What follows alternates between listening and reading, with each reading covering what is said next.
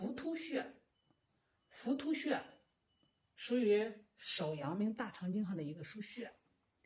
它的位置呢在颈部的一侧，平着喉结，胸锁乳突肌前缘和后缘的中点，这就是浮突穴。